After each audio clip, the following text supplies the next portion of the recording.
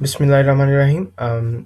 इस वीक के जो हमारे लेक्चर्स हैं, उसमें हम कुछ मैथमेटिकल बैकग्राउंड जो है वो कवर करेंगे। आज का जो पर्टिकुलर लेक्चर सीरीज़ है आज की, उसमें हम लीनियर अलजेब्रा के हवाले से डिफरेंट कॉन्सेप्ट्स जो हैं उनको डिस्कस करेंगे।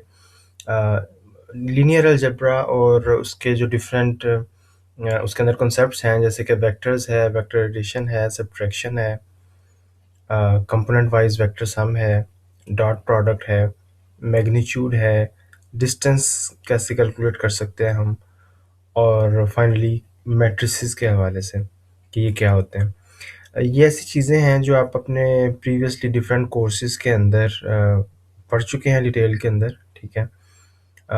तो हमारा यहाँ पे पर्टिकुलरली जो है वो फोकस इस चीज़ पे होगा कि ये सारे जो कॉन्सेप्ट्स हैं इनको हम इम्प्लीमेंट कैसे कर सकते हैं पाइथन के अंदर, ठीक है।